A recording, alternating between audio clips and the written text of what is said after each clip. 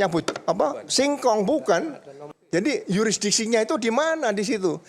Pak Ugro, ya saya tahu Pak, Bapak guru kita dalam hal kepolisian, bahkan pernah jadi ahli kita. Kami ajukan Pak, saya terbuka orangnya. Itu restoratif justice difasilitasi oleh penyidik.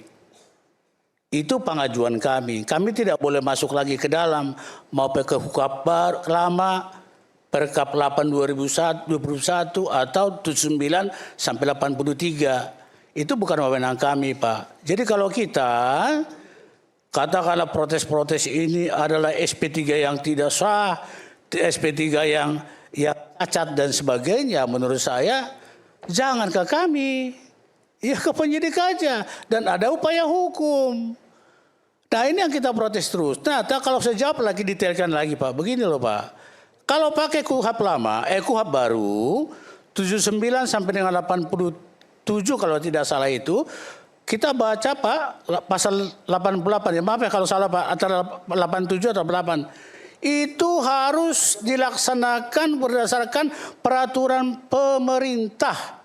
Saya tanya sekarang, KUHP baru itu 79 sampai 83 sudah ada belum peraturan pemerintahnya? Belum. Kenapa ada Pak, RJ? sebentar Pak. Sebentar, Kenapa Pak. ada RJ kalau tadi nggak ada?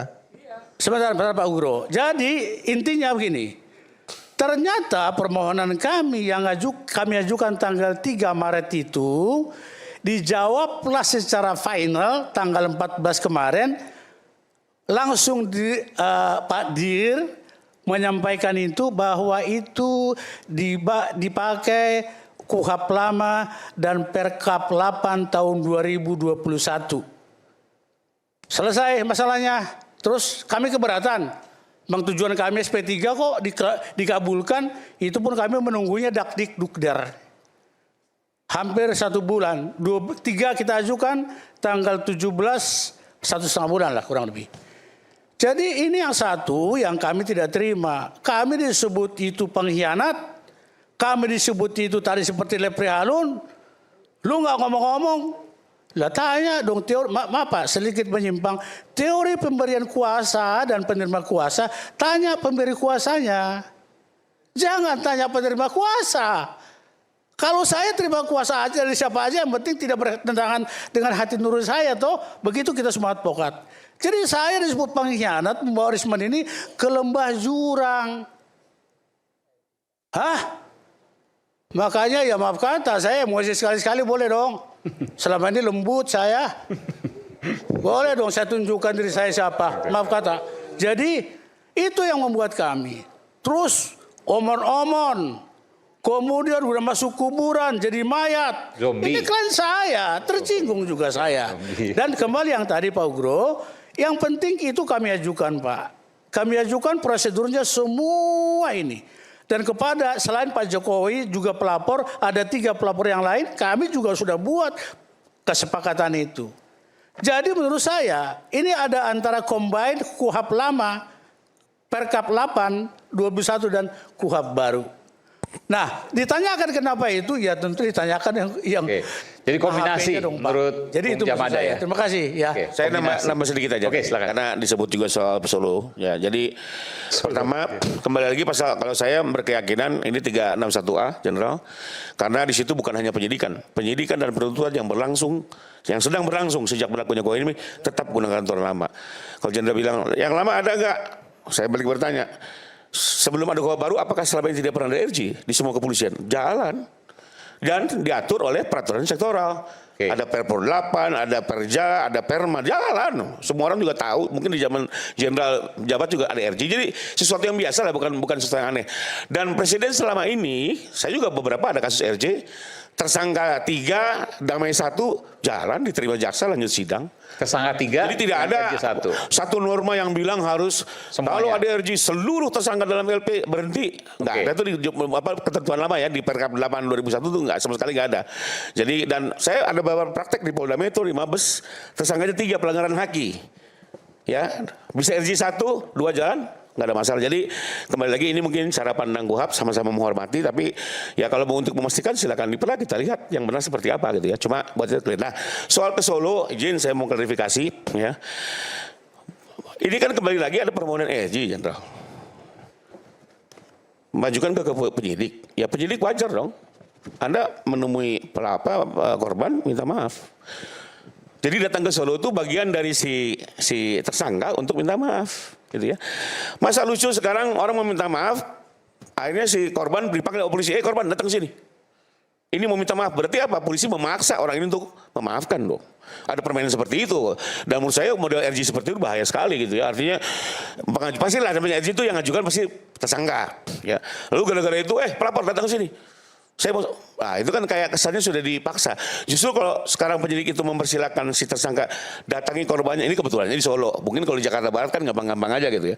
Datang minta maaf, baru nanti permaafannya kami nanti yang menyatakan sebagai lawyer, oke kami sudah maafkan. Jadi sebenarnya ini lebih kepada prosedur yang menurut saya juga wajar, karena justru kalau ada prosedur penyidik memanggil korban suruh datang situ, seolah akan dipaksa harus menerima perdamaian. Jadi itu aja mungkin teman dari saya. Oke. Saya kembalikan.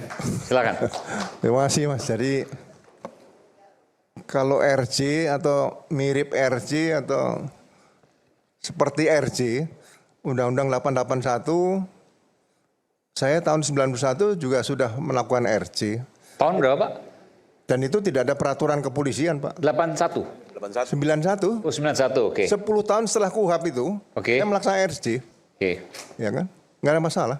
Oke. Cuma RJ ini kan, memang RJ ini kan setelah Pak Listio jadi Kapolri ini, diterbitkan peraturan kepolisian nomor 8 tahun 2021. Nah, aturannya jelas kalau saya baru tahu RJ itu ancamannya harus masuk yang kategori apa? Tidak lebih dari 5 tahun. Kategori 3 tadi. Nah, sekarang ini loh, iya sekarang kita akan lihat KUHP baru, ada peralihan KUHP gitu ya. Ini KUHP lama dan sebagainya, ada peraturan kepolisian. Nah, kalau kita lihat stratifikasi undang-undang, peraturan kepolisian itu di mana letaknya? Ya kan, kita kan jangan melanggar undang-undang. Kan seperti itu. Jadi mohon maaf kalau harus dilaksanakan RJ itu di kantor polisi, itu bahasa KUHP.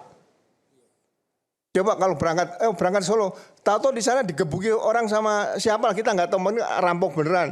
Orang pikir, wah jangan-jangan disiapkan sama, itu yang kita hindari Pak. Jadi kalau dipanggil polisi itu terhormat, bukan polisi intervensi. Kantor polisi itu pakai AC, bersih, kasih makanan, minuman. Waktu saya jadi ahli di situ juga seperti itu. Jadi kalau saya koreksi Pak Rifai tadi sedikit ya, seharusnya semua dilaksanakan kantor polisi, disaksikan penyidik, mungkin ada penyelidik, dan kalau bisa juga ada penasihat hukumnya, duduk sama-sama. Yang dicabut kemudian laporan polisi, bukan dicabuti orangnya satu-satu nih, cabut, bukan kayak nyabut singkong, bukan. Ya seperti itu. Jadi sekali lagi RJ ini sesuatu yang baru, tapi kita harus tempatkan pada posisi yang yang proper, ya kan? Kalau mungkin dikatakan Pak Kapolri kan presisi ya, mungkin ini RJ yang presisi itu bagaimana sebetulnya? Jadi sekali lagi jangan kita terjemahkan lain lagi. Oh, ditawarkan ke Solo. Nah kalau pelapornya di Papua, dia ada kerugian di Jakarta, transaksi, kemudian tersangkanya di Jakarta, ya masa dia harus berangkat ke Papua? Ditawarkan di Polda Papua atau di Polda Metro, karena laporan di Polda Metro ya dimohon datang ke Polda Metro, karena laporan di Polda Metro. Jadi jurisdiksinya itu di mana di situ? Ya, jadi sekali lagi penyidikan ini bukan hal yang mudah bagi saya, karena analisa kriminal itu harus dilakukan oleh para penyidik sebelum dia melangkah ke depan. Nah kemudian waktu. Berkas perkara itu kan ada waktu 7 hari dan 3 hari 10 hari Pak RJ itu. Makanya menurut saya berkas perkara itu sudah siap dikirim pelimpahan tahap pertama ke jaksa. Begitu RJ sepakat 10 hari selesai, berkas perkara minta penetapan SP3-nya ke pengadilan, sudah selesai, perkara tidak dilanjutkan. Tapi kalau tidak selesai dalam 10 hari, dibuat berita acara oleh para penyidik, dilampirkan dalam berkas perkara, limpahkan pertama kepada penuntut umum.